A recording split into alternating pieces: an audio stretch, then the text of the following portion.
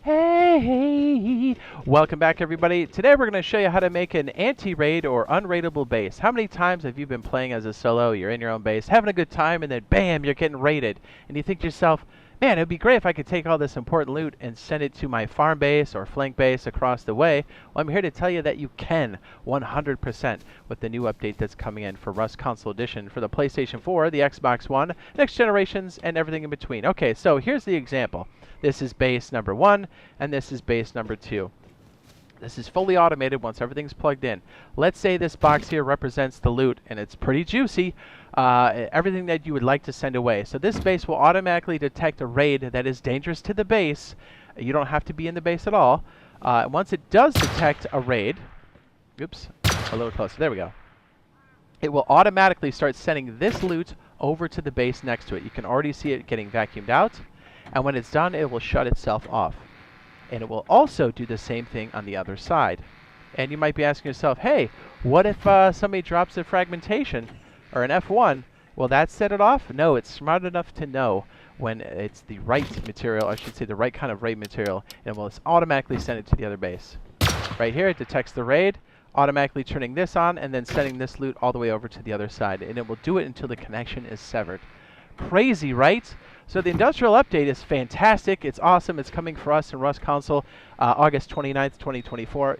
Probably by the time you're watching this, it's already in the game. But it's currently on testing staging branch, and all of this is possible with the thing they threw on top of it called the seismic sensor, which is amazing. Okay, so what we're going to do is we're going to show you how to set this up. We'll show you some ins and outs for setting it up and like hiding the cables and the wires, and a few tricks that will most likely get patched out, so you might as well use them as soon as you can. And I gotta tell you, this is gangbusters for anybody that's solo or like a small group. I'm telling you, it's awesome. Okay, so let's do the breakdown here. We're gonna have nighttime, so I've got a couple lights set up, so hopefully things work out. So what we're gonna need, this little section here represents, let me make sure my headlamp is on. This will be base number 1, and then this is the divide, and then this will be base number 2. What we're going to need are these seismic sensors. It is a workbench 2. We're going to put it up here, and then over here as well. I think I already put loot inside of this box here. Okay, I did. Great.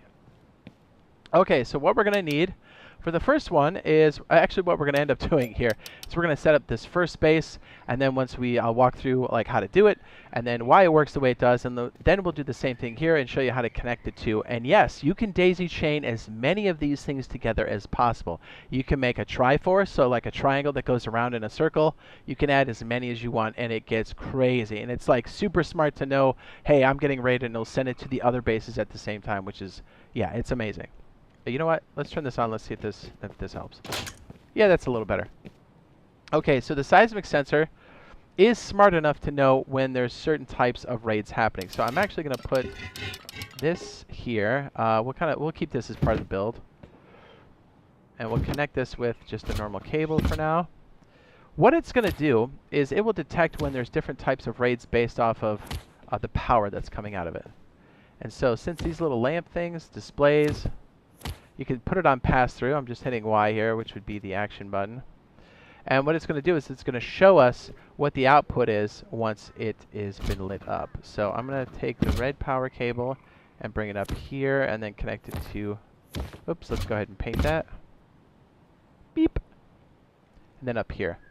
So if I drop a fragmentation grenade or an F1 grenade, I drop it back here. Hopefully it's going to set off some of the alarms in this area. It says 1. So things that are not really threatening to the walls of your base will be in category 1. But if I shoot something like Explo rounds, you can see that it shows up as a 2. Also, if I throw something like this guy, it's going to show up as a 3 because it knows. Hopefully that doesn't clip anything else. It destroys the set. We have to start over. You can see it's going to show up as a 3. And because of that, we can set things in place to let us know what's being raided on the base, or how we're being attacked, rather. Okay, so what I'm going to do to kind of soak the in-between on this is I'm going to put a siren light, the little blue guy, in between. So normally we'd have this whole switch activated, and there's like one button we need to like activate this. I'm going to put a siren in the middle, so it's going to soak one of the units of power. And it's also kind of nice to know like what's going on outside the base. If somebody's just like, you know, messing with frag grenades or whatever. So like you'll see this in the base, but it's not going to do anything as far as push the inventory over to the other base. So if I drop something like a fragmentation grenade again, right here, hopefully I don't destroy my electronics. You can start to see that it's going to hit the light, but anything to the, yeah, it definitely hurt. Anything past this, there's not enough power to go out to the other one. So essentially, we're soaking that 1 unit of power with the siren light. Okay, so just keep that in mind. So what we're going to do now is we're going to put down a memory cell over here. Because you'll notice that when this goes off, it's for a burst and then it shuts off. So we need something that's more digital instead of analog. So I'm going to place this here. The memory cell, we want this power unit, when it actually has power pass through it, we want it to set this. So we're going to say that's green, because set is turning it on, by the way. And let's go ahead and wire up the memory cell here. Oh yeah, by the way, my bad. Since this is going to use at some point 3 units of power, you need to make sure that the branch you have configured for it is skipping any switches you have. You want to make sure the seismic sensor always has power, because if it doesn't, it won't be able to detect anything. And you need to make sure it has 3 units of power in case it goes up to the rocket level of attack. So once it has 3 units of power, the seismic sensor can then push that power over to the memory cell. Our leftover power here off the branch is going to go to the memory cell itself. And this power here in the purple cable won't get pushed through until these conditions are met here. So whether we turn it off, whether we turn it on, or whether we toggle the switch.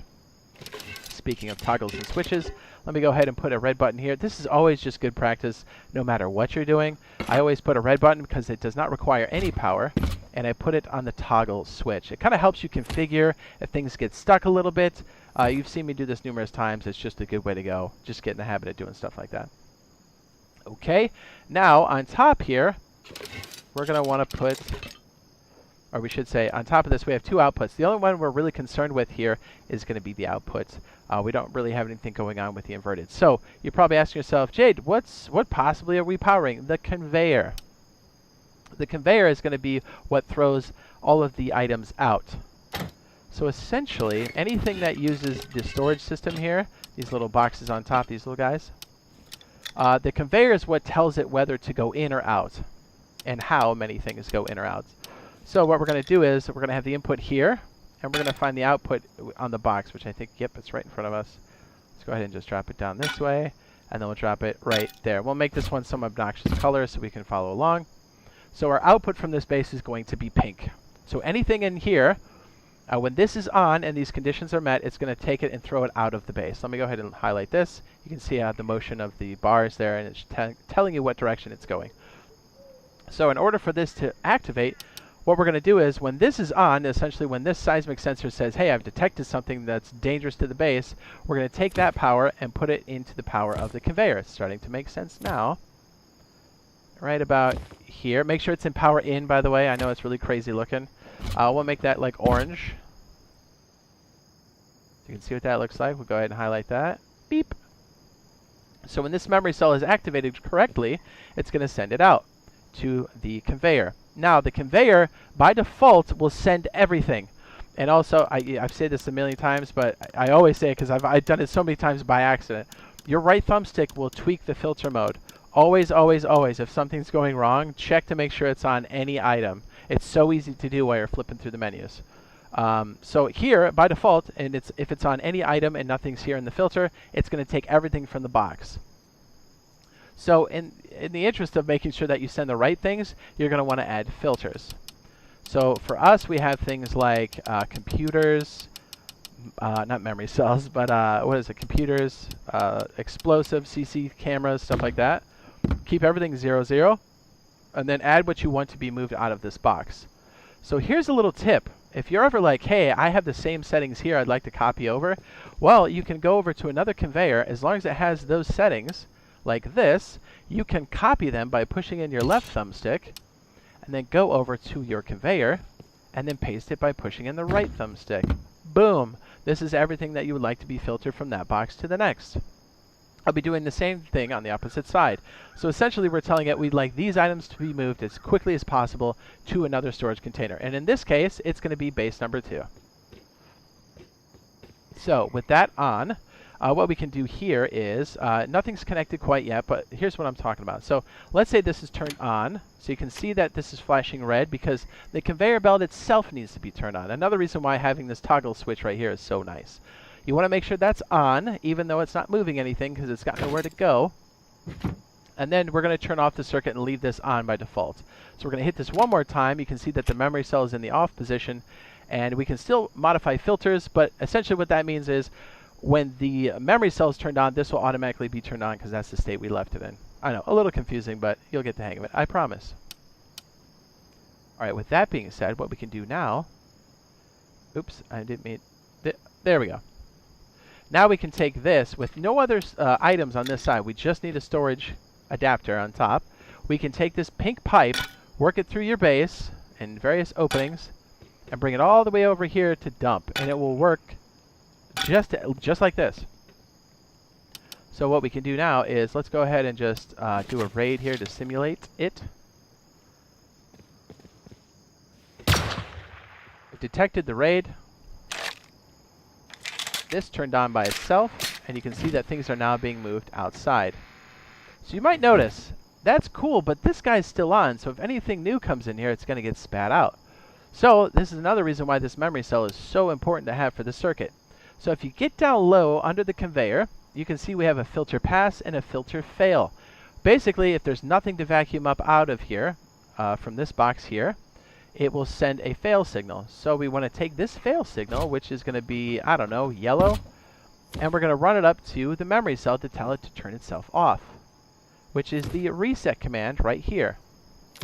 When that happens, which it automatically did as we connected it, now it will shut itself off automatically. So it'll turn itself on when it detects a raid, and then when everything's out of this box, it'll send a signal up to the memory cell to tell it to shut itself off.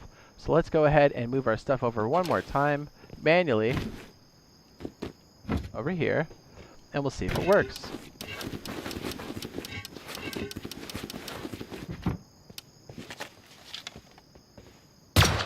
Raid has been detected. This is on. Things are being vacuumed out of this box rapidly and moved to the other side. Perfect. And by the time they break in, everything's gone. And remember, if anything breaks, the whole system will fail. So this is fast enough, it's going to move the loot. Also, these pipes are invincible. The only thing that can really break these are the items they're connected to themselves. So that's why you want to make sure they're tucked inside. So what we're going to do is we're going to copy the same thing over here. Actually, before we do that, let me show you this guy. Remember that we put a siren here in between to make sure that things like fragmentation grenades don't set it off? Well, let me show you. Oops, that's probably going to damage the solar panel. See how that says 1, the siren's on, but this is not going? That's because there's not enough power to go past the siren. There was just 1 unit of power and the siren ate it up. So when there's 2, you take the 1 unit of power here this takes, and it throws the extra one over here to the memory cell, telling it to turn on. So you can see why. Basically, if you need something like just rockets or C4, you put another siren light in between there, and then only when it's 3 units of power will this thing turn on. Did we damage our cell over here? Maybe. Okay, so let's do the same thing over here. Hopefully there's enough light. So what I like to do, because I'm such a stickler for getting things lined up, the standard configuration for this is with the buttons on the bottom row. I'm going to rotate it so the buttons are on top. And I'm going to put this roughly, I don't know, here. I'm going to connect the pipes first because I'm a weirdo. We're going to take the output of this and connect it to our conveyor. And let's make this one bright blue. Bingo. So remember, nothing will come out of here until these conditions and this filter are met. So remember when we did all the copy and paste before, this is where it really comes in handy. So we can go over here and say we'd like these items all set to 0, 0, and make sure the filter mode is on. We're going to copy by pushing in the left thumbstick, checking OK, backing out, going to this one, opening it up, and pushing in right thumbstick, making sure you want to paste. Do that, double check everything, we're good to go. It's just a really fast way to get the conveyors all set up. And then what we're going to do is we're going to take this blue pipe, run it across outside all of your walls or your doors into the walls, and then bring it around the top side here and then drag it behind this guy, and then connect it to the original box. So if this raid happens over here, it can send it over on this side. And if these are both getting raided, they'll both send the loot in an endless loop until the connection is severed. So essentially, it's the best way to divide it up. So even if people are trying to like outsmart the smart base, it's still gonna give them half. So it's awesome. It's amazing. Okay, that's configured. Let's do the rest. We've got the memory cell here. Let's go ahead and kind of get this set up in position. Let's say, I don't know, let's put it like right there. We'll take this power here, turn it red. By the way, holding reload and then selecting something here while holding reload is how you select the cable color. We're going to go from the branch side up to the seismic sensor itself. And let's say you've got the wrong color here, you want to switch it to something else. You would select the color with your wire tool out, go up to the node, and then just tap reload on the cable, and it does that. Really nice. We're going to go over here, tap that back to red, tap this to red, and we're going to check a couple different things here. One thing we actually forgot on this side. So we always want to make sure we've got 3 units of power going out of the branch. So branch priority is always to the left. Remember, we have 2 on top. There's 1, there's 2. So we have 3 units of power going out. And here's the other thing we forgot to do. This is automatically set to 30 meters. By the way, 30 meters is the standard size for a TC cabinet. This cable represents 30 meters. Or I should say this pipe. That's a lot of pipe. Essentially TC range. So each square that we're used to building on and using is 3 meters by 3 meters. So if you want this to be something shorter than that, we can cinch it up to what? 3? Just 3? We'll see if that works. We'll have to do the same thing over here. Otherwise, these will be detecting each other, and that'll be a little confusing. You want to make sure it's in the range of the base, and not too much wider. Okay, now these are set. We have 3 units of power going out. It's going into our counter. Did I get in the right spot?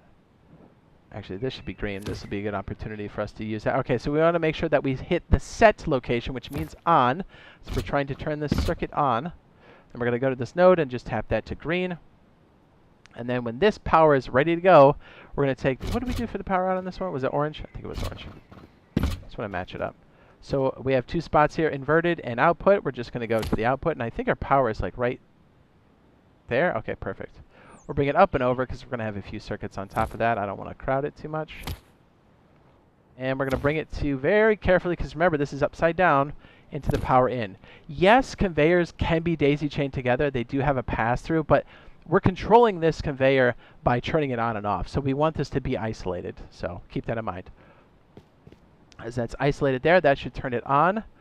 And when this green cable comes through, which is the on condition for the seismic sensor, and when this one fails, which is yellow for us, which means there's nothing else to vacuum out, we'll send this up to the reset or off position. And let's not forget our good old friend, the red button, connected to the toggle switch because it's just good for maintenance. And remember, anybody can hit these buttons, so you always want to make sure they're deep inside the base, right? You don't want your turrets to be a red button where someone's like, yeah, I'll turn those off. Sweet! I'm just going to make this a black cable because it's a bit easier to read. Okay, so now what we need to do off this one, we need to set the red cable, bring it up and over to our memory cell. So the memory cell should be controlling the situation here. Do we have any items in here? We do. Alright, so because we have this wired up, remember we have to turn this on. So I'm going to toggle this into the on state. You can see it's flashing red. So we'll turn it on, and it's actually just going to vacuum everything out of here. And if we did it right, it should shut itself off when it's done. So we can see it's flashing green. And we'll hear it click off, and we'll see the memory cell also switch from green to red-green. And... right, meow. There we go. Perfect. So now these each should be turning on and off. Let's go ahead and turn off this other one. Ooh, we're getting washed out now. So now, when this base detects a raid, it's going to throw it. It's going to throw it to the other base over here, and then when this one detects a raid, it's going to throw it in that direction. So let's give it a shot. Let's just shoot up here. Active, and it looks like yes, it turned on. And we should see the items moving across. And remember, this will only shut off when the power's off or the condition of nothing in the box is met. So if 2 raids are happening on both of the bases, it'll keep tossing it around the air, juggling it, until something is either broken or the box is empty. We can see right here, this base has received all of the goods. So let's go ahead and test this one up here. Shoot the roof. Oh, we forgot to put a little light in between. My bad. Well, you can see the number 2, so that's good. This is turned on. It's activating. When it's done shifting, it's going to turn itself off. Beautiful. Click, click. Back to original. It takes a second. And server cycles are slow. Okay, there we go. Yay! So there you go. You can connect these bad boys in as many different configurations as possible. I would strongly suggest using a loop, as if you have a line of more than 2 dots, somebody can just raid the center one. But it still works. It'll still throw it out to the other 2. And you can definitely stack on top. Let me show you some ins and outs for tucking away the cables and such. We are in the old version of the industrial system from last year. Last year, from the PC side, which means we have a lot of cool stuff we can get away with. Let me just show you this one trick right away. Now, this is going to get patched out, but I just, a little wink, wink, nudge, nudge for people that are sticking through the video here. Normally, you cannot pass things through walls, okay? But when this first came out on PC, we found all kinds of ways to sneak it through. Some of these are still working today. Some of these have been patched out on PC. This has been patched out on PC, but it's not patched out on ours. What do I mean by that? If I have a cable down here, right, and I have it draped across the bottom, I can't place any kind of frame or building material on top. That's by design. Whoops, right there. See, half wall won't let me do it. But check this out. If you've got a terrain, or not a terrain bunker, but a stability bunker, right? A lot of times you want to be able to seal this up. So wouldn't it be cool if you could pass piping through it? You totally can. But there's a bit of a trick. Normally, if you place it here and drag it down, it won't set. But if you ride in the corner like this, it will place. Again, these were all glitches we had on PC last year, and they patched them out. So it'll be only a matter of time before this happens. So watch this. I'm going to place that one frame, and then we'll be able to seal the top here if I put it in the right corner. Watch, I'll probably look really stupid and put it in the wrong corner. But the closer it is to the center of that object, it's not going to place. Look at that. Right through the wall, man. Or I should say the floor. That's crazy. Use it while you can, I'm telling you. Okay, so the legitimate way these actually go through, it should be the size of the pipe, it should be the width of the pipe, and also through doorways and windows. So even though there's a pipe here, we should be able to place a door. I thought I had a door already made. My bad. We'll be able to place a door here on top of it. Those are legitimate ways to pass it through. So now, once things do get patched, oh, is it really that fickle? Oh, I guess we got to do it beforehand. Okay, well, we should be able to place it on top. Well, that's backwards. Here, watch. If we break this, we'll be able to place on top for sure. See what I mean? And then we'll be able to drag it down. So yeah, that's also a glitch. Yay! So you can start to see that, yeah, the order of operations matters. But hey, I'll take it if we can actually build through walls like this. That's amazing. So always have your design be through windows and doors when this does get patched through.